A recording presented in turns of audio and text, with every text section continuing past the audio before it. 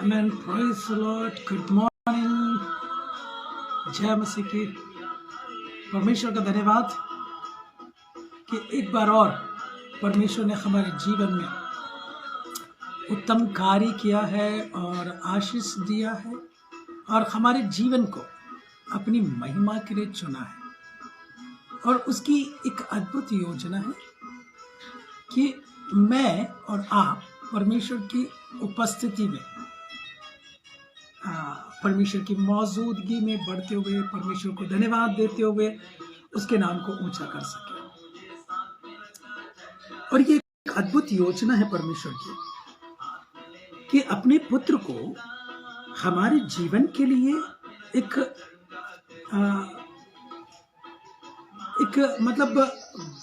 हमारे जीवन के बचने का कारण, हमारे जीवन को सुरक्षित रखने का कारण, हमारे जीवन को उसकी महिमा के लिए चुनकर आगे बढ़ाने का कारण बनाते हैं। ऐसी सारी चीजों के लिए परमेश्वर हमारे जीवन को और भी ऐसे बढ़ाते हुए आगे इस्तेमाल करना चाहते हैं ताकि मैं और आप बहुत सारी चीजों को सीखें और आगे बढ़े और परमेश्वर को महिमा दें। ओके, आज एक डिस्क्रिप्शन में लिखा हुआ है, धार्मिक संसार हमेशा क्यों इतने पागलपन के साथ परमेश्वर के नए कार्य का विरोध और निंदा करता है? क्यों? परमेश्वर कुछ नया, कुछ अद्भुत और कुछ ऐसा सामर्थ्य करना चाहता है, तो ये धार्मिक, जो अपने आप को धार्मिक समझता संसार हमेशा क्यों इतने पागलपन के साथ परमेश्वर के नए कार्यों का विरोध और निंदा करता है?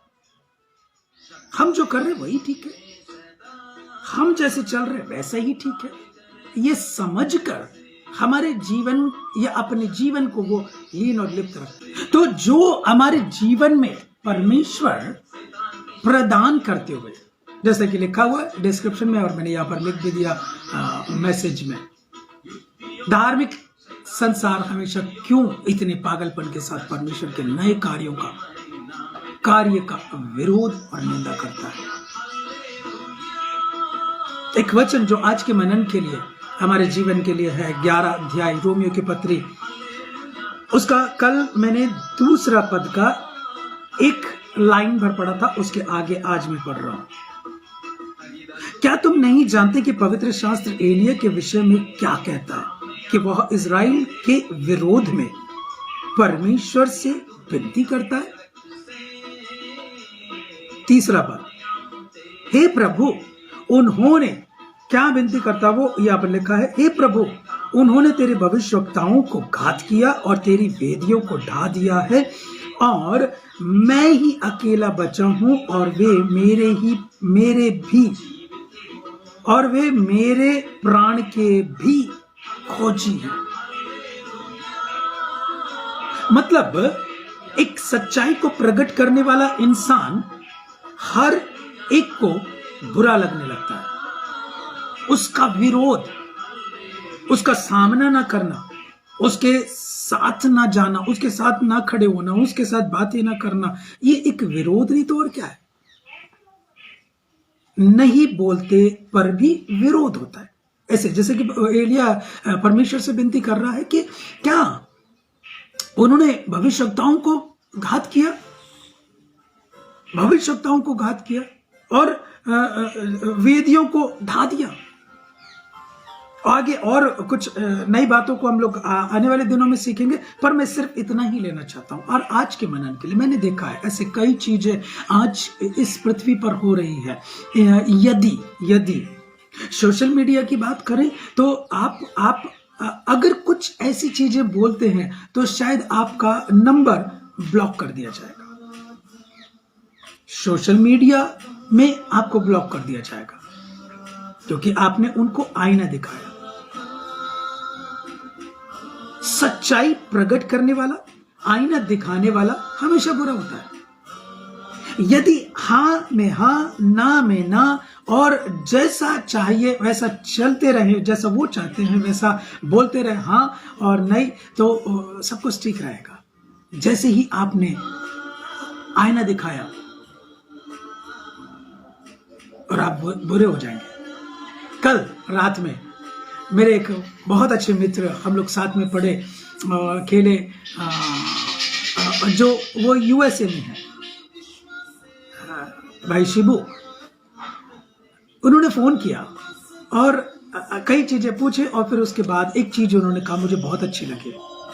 भाई यदि आप सुनेंगे इसको बाद में, क्योंकि वहां का टाइमिंग अलग है, बोले मैं सुनता हूं, बाद में सुनता हूं क्योंकि टाइमिंग अलग रहता है। भाई आप सुनेंगे, आपको सैल्यूट, आपने जो बात बोली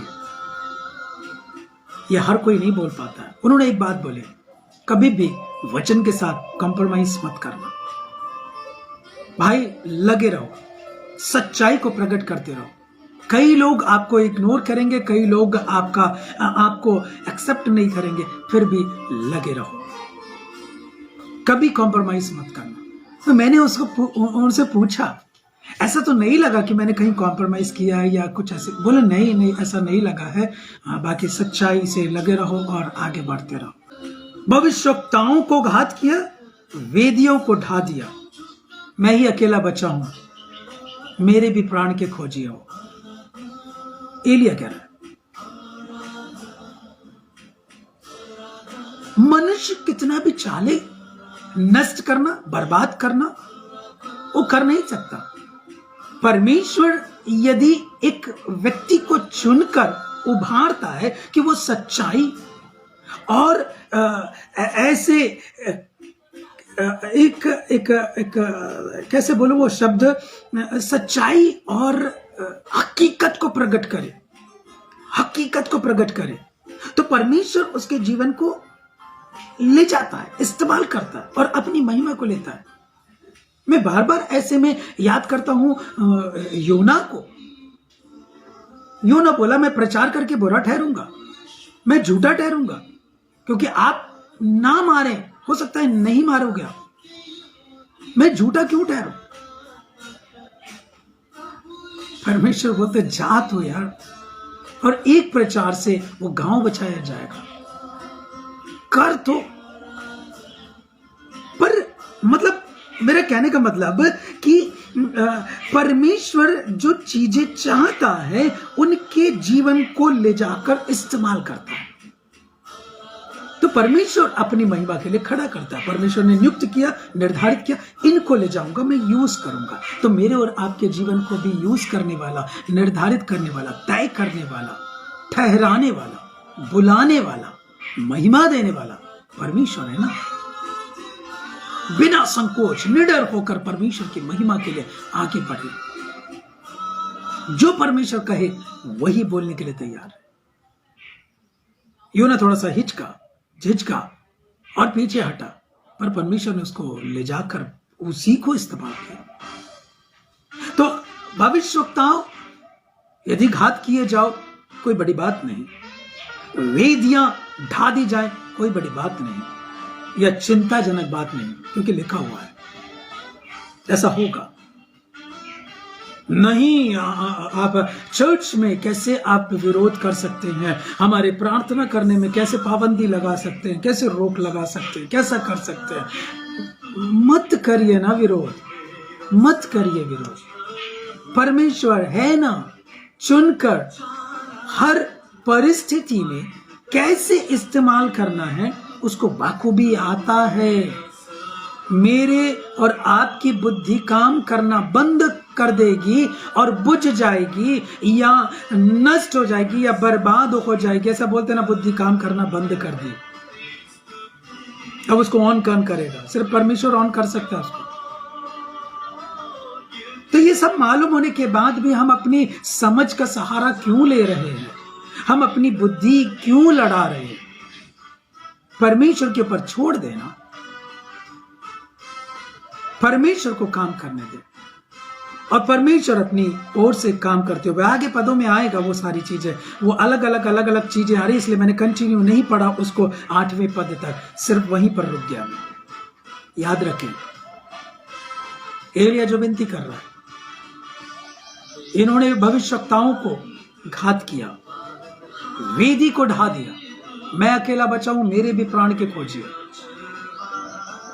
आज ऐसे लोग मेरे और आपके बीच में हो सकते हैं, या हम में से कोई भी हो सकते हैं। वो उस समय नहीं, आज भी हो सकता है। पर सचेत रहें, सावधान रहें। शैतान बड़ी चालाकी से हमारे जीवन को यूज करके उसके प्रेम से अलग ना कर दे। ये संसार के लोगों की तरह हमेशा पागलपंती के साथ परमेश्वर के नए कार्यों के लिए विरोध और निंदा का कारण मैं और आप न बन जाए। जो नया काम परमेश्वर करना चाहता है करने दें, आगे बढ़े दीनता के साथ, नम्रता के साथ, और परमेश्वर हमारे जीवन को आगे बढ़ाएंगे। Okay, God bless you, take care. परमेश्वर हम धन्यवाद करते हैं आज के सुंदर वचन के लिए, सुंदर बातों के लिए। हमारे जीवन में सच्चाई को, हकीकत को प्रकट करने का ऐसा जज्बा हमारे अंदर प्रदान करिए, ताकि हम खड़े होकर लोगों के सामने निडर और परमेश्वर पिता आपकी महिमा के कारण, राज्य की बढ़ोतरी के कारण बन जाए। प्रभु आपकी मदद चाहते हैं, आपकी सहायता चाहते हैं। आप हमारी मदद करिए, अपने अनुग्रह में, अपनी कृपा दृष्टि में, अपने मार्ग में बढ़ाइए। सारा आदर आपको मिले यीशु के नाम से, आमीन, आमीन। यदि आपको कुछ क्वेश्चन होते हैं, मेरा नंबर है फेसबुक में या इस पेज में सॉल्यूशन इन क्राइस्ट में, आप उस नंबर पे कॉल कर सकते हैं, उस नंबर पर मैसेज कर सकते हैं। कभी ऐसे ऑनलाइन रहें तो आप उसमें कमेंट बॉक्स में आप मैसेज कर सकते हैं। यदि उस समय मैं जवाब दे सका तो जवाब दूंगा, बाद में हुआ तो आपको कांटेक्ट करके जवाब दूंगा। ओके, सो परमेश्वर के सन्मुख में आगे बढ़ें। कभी भी प्रश्नों में जूझते हुए अपने जीवन को रुकने मत दें। उन प्रश्नों का जितनी जल्दी हो सके हल ढूंढकर वचन के आधार पर अपने जीवन को आगे बढ़ाएं और परमेश्वर को महिमा दें, क्योंकि रुक जाना मसीहत नहीं, बढ़ते रहना ही मसीहत है। Amen. God bless you. Salute आपको जो आप देख रहे हैं, परमेश्वर की महिमा कर रहे हैं। God bless you, take care, have a nice day.